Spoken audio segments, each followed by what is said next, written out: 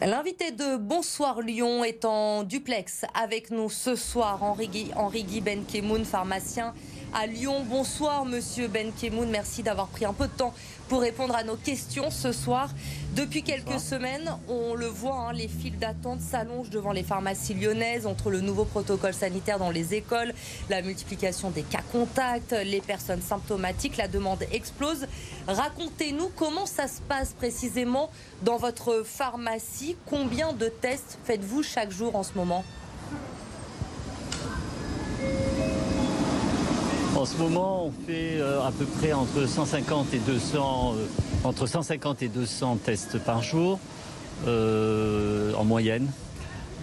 Ça se passe, on va dire, plutôt difficilement, non pas à cause des patients qui sont particulièrement patients, mais plus à côté de problèmes administratifs et en particulier le système d'enregistrement et de production des QR codes qui présente de grosses faiblesses et qui donnent des résultats avec des retards qui sont honteux, considérables, honteux et qui ne correspondent pas aux attentes en besoin de santé publique. Alors vous parlez de ces problèmes. C'est-à-dire qu'on a des fois des résultats qui tombent sur les smartphones.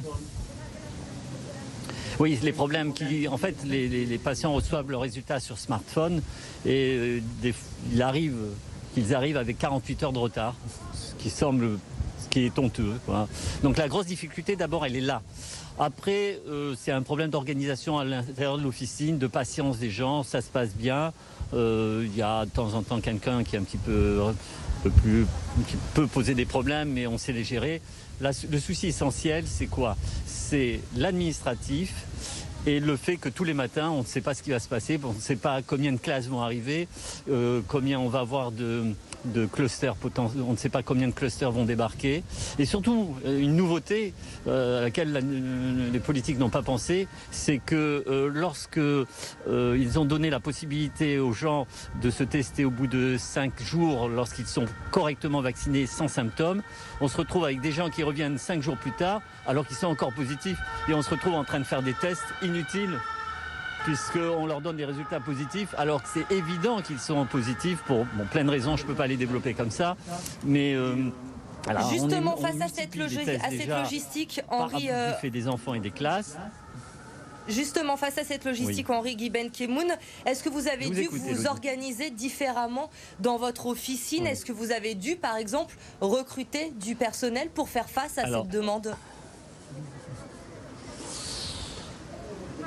Absolument. Nous, on a 3 testeurs en permanence. On a 2 personnes en administratif, puisqu'on doit continuer à faire de la pharmacie. N'oubliez pas qu'on doit soigner les malades.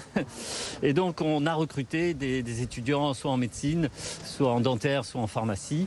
Et on s'organise. Et bon, heureusement, on a affaire à des jeunes qui ont le sourire aux lèvres. C'est un plaisir de travailler avec eux. Je vous garantis, ça vous donne la pêche tous les matins quand vous arrivez en disant « mais qu'est-ce qui va nous arriver aujourd'hui ?» Et quand vous les voyez, vous avez envie de bosser. Donc voilà. Et puis surtout, quand vous avez l'encouragement de beaucoup de nos patients, je trouve que, bon, d'un point de vue humain, c'est très encourageant. Voilà, je vous le dis, c'est la fin de journée, je devrais être épuisé, puis non, là, j'ai la pêche. Depuis quelques jours, on parle de prioriser les personnes qui viendraient pour se faire tester. Est-ce que c'est une bonne idée? Est-ce que vous, déjà, dans votre pharmacie, peut-être, vous le faites déjà, de prioriser les patients? C'est difficile de prioriser les patients parce que lorsque vous donnez des règles claires aux gens, vous apercevez qu'il y a toujours moyen de les contourner. Donc ça sert, la priorisation des patients, à mon avis, ça ne sert pas à grand chose. Je pense qu'il faut d'abord un éclaircissement. Avant de parler de priorisation, il faut faire un éclaircissement. Ça semble tellement fou de tester les gamins une fois par semaine. C'est complètement délirant. Donc d'un point de vue de santé publique, est-ce que ça a un intérêt? Moi, j'ouvre le débat. Je dis pas qu'il ne faut pas le faire, mais je me pose la question sur l'intérêt de tester les gamins toute la journée comme ça. Je vous le dis franchement. Je me pose aussi la question sur l'intérêt aussi de dire aux gens qui sont... alors là, on a un problème actuellement, c'est que, une petite précision, les gens qui sont correctement vaccinés, à partir du 15 janvier, ça change. C'est-à-dire actuellement, on valide des tests avec des personnes qui sont correctement vaccinées, qui dans quelques jours ne seront plus correctement vaccinés. En clair, les règles du jeu changent. Avec le pass vaccinal, les règles du jeu changent, mais le changement n'a pas eu un effet immédiat. Donc ça, en clair, nous sommes en train d'expliquer à un certain nombre de personnes que leur confinement devrait être de 7 jours, alors que dans quelques jours, il sera de 10 jours.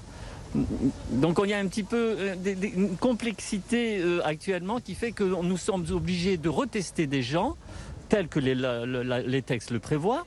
Nous sommes obligés, à leur demande, on reteste des gens alors qu'on sait d'avance qu'ils vont être positifs parce qu'ils ont en fait un schéma vaccinal complet d'un point de vue administratif, mais à nos yeux incomplet d'un point de vue immunologique. Et on se retrouve comme ça à tester des gens, on se demande pourquoi on les teste. Donc aujourd'hui, clairement, selon vous, il faut revoir la politique de test.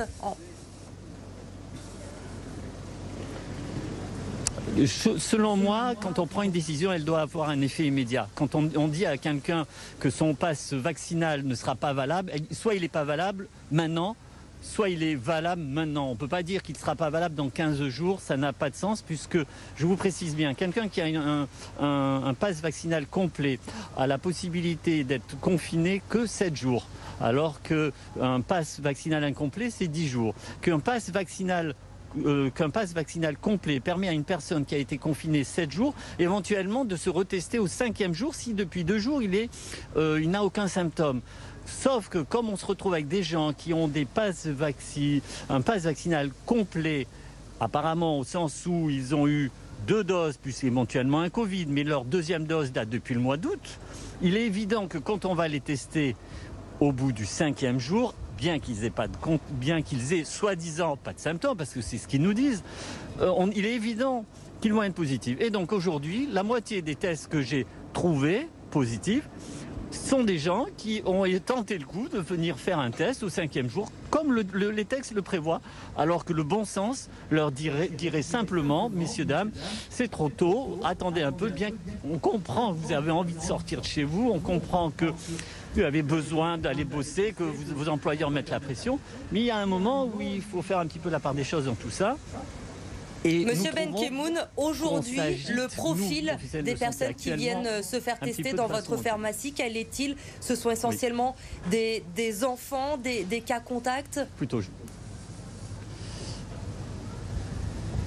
Alors, on va dire un tiers d'enfants, un tiers de cas contacts et un tiers de gens positifs qui retentent le coup au bout de 5 jours.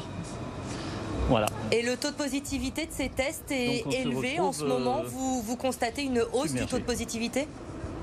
Là, je ne l'ai pas vu.